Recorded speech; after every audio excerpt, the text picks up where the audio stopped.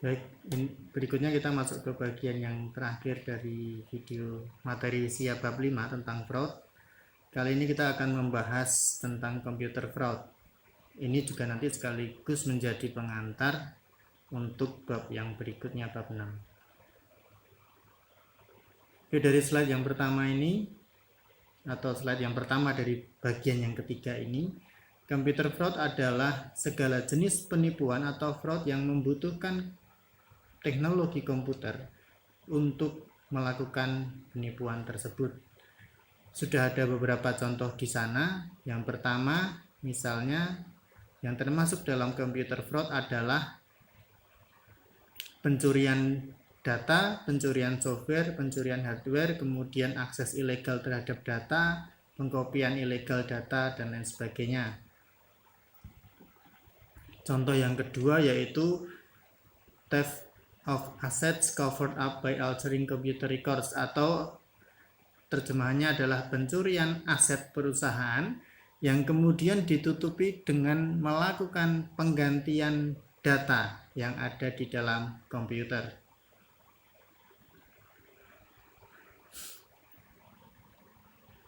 Kemudian yang ketiga, contoh fraud komputer yang lainnya adalah mendapatkan informasi secara ilegal menggunakan perangkat komputer. Nah, kemudian kita masuk ke bagian berikutnya. Ini berkaitan dengan kenapa sistem komputer itu rawan untuk terjadi penipuan. Ada beberapa alasan di sana. Alasan yang pertama, people who break into corporate databases can still destroy or alter massive amounts of data in very little time, often leaving little evidence.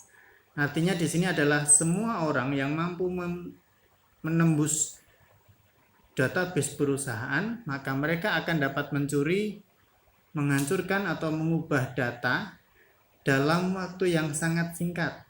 Jadi begitu kalian bisa masuk ke database perusahaan, kalian cuma butuh waktu singkat untuk melakukan fraud komputer. Selain itu, selain waktunya yang cukup singkat, bukti yang ditinggalkan atas terjadinya fraud itu juga cenderung sedikit. Kemudian alasan yang kedua adalah penipuan komputer itu lebih sulit dideteksi daripada jenis penipuan-penipuan lainnya. Kemudian alasan yang ketiga kenapa sistem komputer itu menjadi rentan untuk fraud, karena sebagian besar organisasi itu memberikan akses terhadap sistem mereka kepada customer, supplier, dan karyawan. Ini juga nanti akan membuka kemungkinan terjadinya fraud, terutama dalam hal akses ilegal terhadap data. Alasan yang keempat, computer programs need to be modified illegally only once for them to operate improperly for as long as they are in use. Atau kalau diterjemahkan, komputer itu menjadi rentan untuk terjadinya fraud karena program komputer itu cukup dimodifikasi secara ilegal, cukup sekali aja tetapi bisa digunakan untuk melakukan fraud itu selama-lamanya atau selama mungkin. Alasan berikutnya, komputer personal atau PC itu juga sangat rentan dibandingkan dengan teknologi lainnya. Kemudian alasan yang terakhir adalah sistem komputer itu menghadapi beberapa tantangan yang unik. Misalnya terkait dengan reliabilitas atau daya tahannya, kemudian kegagalan peralatan seperti yang tadi kita bahas di part yang pertama, kemudian rentan terhadap hacking, dan lain sebagainya. Itu adalah alasan-alasan kenapa sistem komputer itu sangat rawan.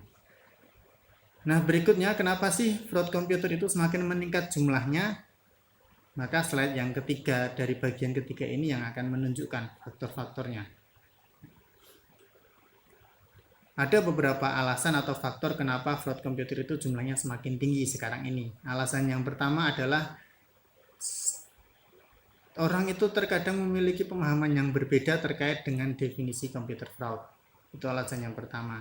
Kemudian alasan yang kedua, banyak sekali kasus-kasus fraud komputer yang tidak terdeteksi. Ini konsisten dengan materi atau slide yang sebelumnya tadi, bahwa ketika fraud itu terjadi, terutama komputer fraud, maka pendeteksiannya tidak semudah fraud yang lainnya.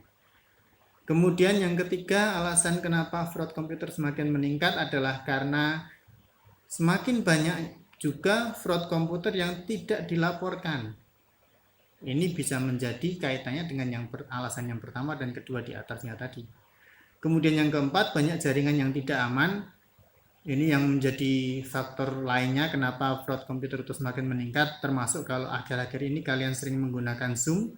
Kemarin sempat ada kabar bahwa jaringan atau software Zoom ini sangat tidak aman, terutama dari sisi jaringannya, karena bisa disusupi dan lain sebagainya. Alasan yang berikutnya adalah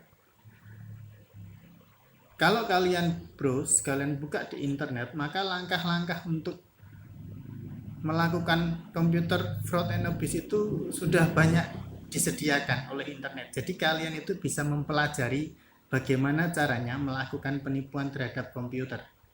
Kemudian alasan berikutnya kenapa penipuan komputer semakin meningkat adalah law enforcement cannot keep up with the growth of computer fraud, atau penegakan hukum yang ada di dunia ini terkadang tidak bisa mengikuti perkembangan jumlah penipuan terhadap komputer.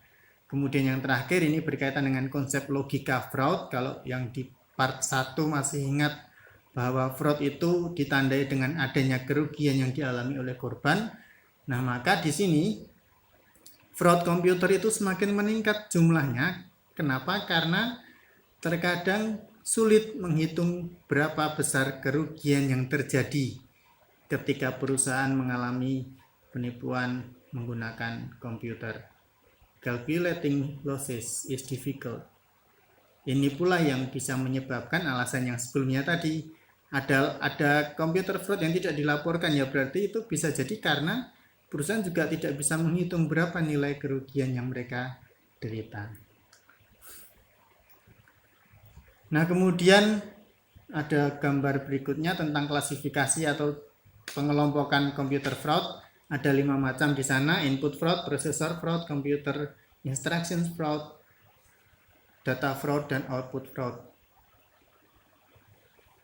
Input fraud ini intinya adalah memasukkan data yang salah ke dalam sistem.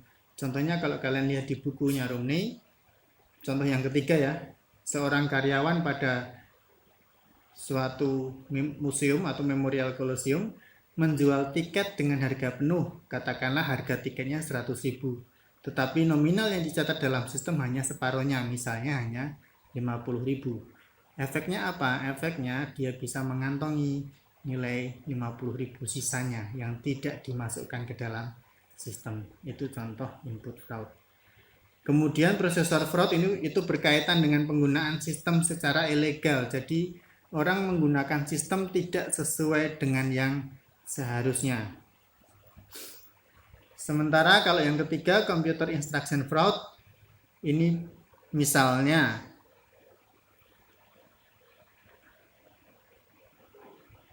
mengcopy perangkat lunak secara ilegal, atau contoh yang lain menggunakan perangkat lunak dengan cara yang salah. Jadi intinya kalau kita menggunakan atau membahas tentang computer instruction fraud itu lebih berkaitan dengan softwarenya.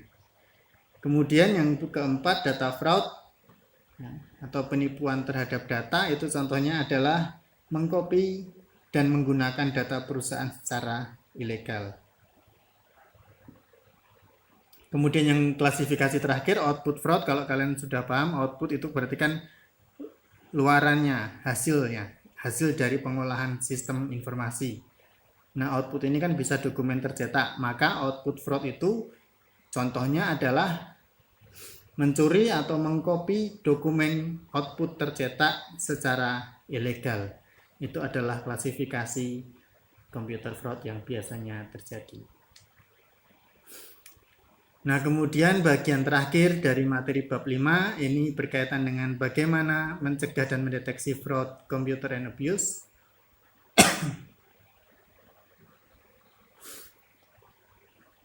Silahkan dibaca secara lebih detail di tabel 5 strip 5. Kalian punya waktu 1 jam ya untuk membaca dan memahami materi ini sebelum nanti akan ada kuis seperti biasa ya.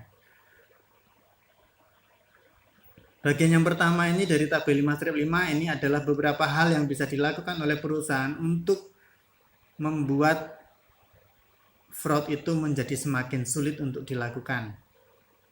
Misalnya poin yang pertama itu, perusahaan bisa mencegah terjadinya fraud dengan cara menciptakan budaya organisasi yang menekankan pada integritas dan komitmen terhadap nilai-nilai etik dan kompetensi. Jadi kalau perusahaan sudah mampu membuat kode etik, meminta semua elemen perusahaan, semua karyawan dan manajer menerapkan kode etik itu, nah itu bisa menjadi salah satu cara untuk meminimalkan terjadinya fraud. Nanti yang lainnya silahkan dibaca sendiri, jika ada yang bingung bisa dibahas pada forum diskusi. Kemudian di sini yang berikutnya adalah misalnya yang paling atas, bagaimana caranya meningkatkan tingkat kesulitan untuk terjadinya fraud. Yang disarankan paling utama adalah mengembangkan dan mengimplementasikan sistem pengendalian internal yang baik atau yang kuat. Kenapa? Ini tentu sudah kalian pahami dari pembahasan kita di awal tadi, bahwa pengendalian internal yang baik atau yang kuat maka dapat mencegah terjadinya fraud, asalkan pengendalian internal itu juga dilakukan. Kemudian poin yang kedua misalnya ada pemisahan tugas, segregate the accounting function. Jadi karyawan yang mengotorisasi transaksi, yang mencatat transaksi, dan yang memegang uang itu dipisah, tidak dikerjakan oleh satu orang. Kemudian bagian kedua dari slide ini, improve detection methods, itu intinya adalah beberapa hal yang bisa dilakukan perusahaan untuk meningkatkan pendeteksian fraud. Misalnya di sana perusahaan dapat meningkatkan metode pendeteksian fraud dengan cara mengembangkan program untuk menilai risiko terjadinya fraud. Kemudian bisa juga perusahaan menginstal software yang dapat digunakan untuk mendeteksi fraud dan lain sebagainya. Kemudian di bagian ketiga dari slide ini adalah bagaimana caranya mengurangi kerugian kalau terjadi fraud. Misalnya yang pertama adalah maintain adequate insurance. Jadi kalau perusahaan itu harus atau terpaksa mengalami fraud, kerugian yang mereka alami bisa semakin diperkecil kalau perusahaan itu punya asuransi yang memadai. Kemudian ada disaster recovery plan, business continuity plans, itu harus dibuat. Disaster recovery plans itu konsepnya adalah bagaimana perusahaan itu memiliki rencana-rencana ketika terjadi bencana, dan kemudian tidak hanya berhenti di situ, tapi perusahaan juga harus punya business continuity plans. Artinya ketika terjadi bencana, kalaupun nanti perusahaan mengalami bencana, maka perusahaan harus bisa memiliki rencana berikutnya untuk melanjutkan usaha mereka.